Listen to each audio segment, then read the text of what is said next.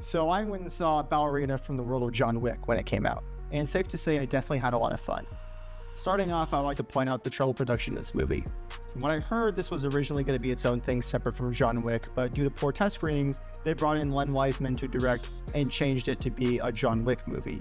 Usually that would be a recipe for disaster, but somehow this movie manages to not only avoid being bad, but also be a genuinely good movie. Ana de Armas is awesome in this film. I loved her in No Time to Die, so when I heard she was going to be the lead for Ballerina as Eve Macaro, I was very excited. She kills it in the role, and her character is unique enough from John Wick himself that she isn't just a carbon copy of him. The film hammers in the point that she will always be smaller and weaker than her enemies, so she can't just muscle her way through like John Wick would. She has to cheat and use whatever she can to her advantage. When John Wick fights, he will always use improvised weapons and techniques to finish fights quickly that he otherwise wouldn't have time for. Eve has to rely on improvised weapons to win the fight to begin with, rather than using them as finishers. She's always running around looking for someone to kill people with, and actually gets her ass kicked a lot in this film.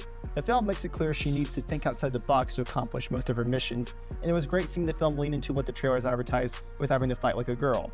As for the other characters, they were pretty good for what they were. It was a pleasant surprise seeing the late Lance Reddick reprise his role as Sharon one more time, and he was great as always.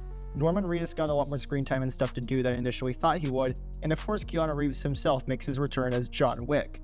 I was worried he'd be a little too good, by which I mean his presence in the film would overshadow Ana de Armas, to the point all I can think about when I look back on the film is how cool he was, and I think Eve was there too. I'm glad to say that's not the case here. The movie hits a sweet spot where he's in it enough to make a lasting impact, but not so much that he takes a spotlight away from Ana de Armas. I also love the way he was portrayed in this fight with Eve. It's kind of like when you play a video game and you reach that one boss fight with no health bar. The film makes it very clear that Eve may be an incredibly skilled assassin, but there's only one Baba Yaga, and you're not going to win against him.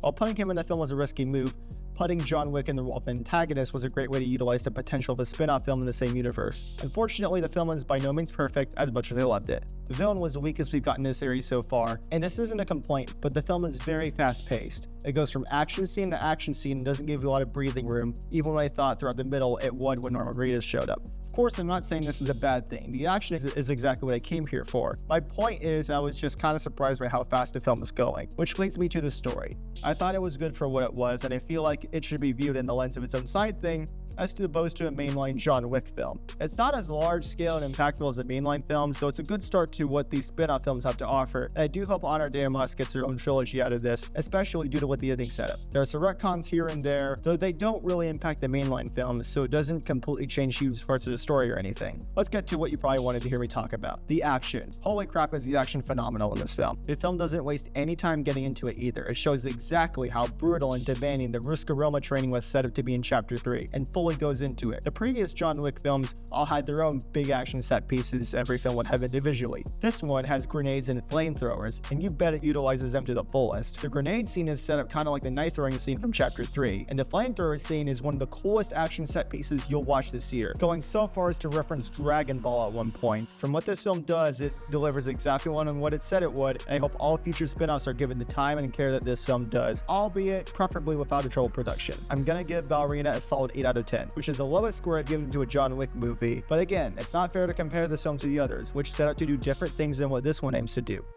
Thanks for watching, I'll see you guys in the next one.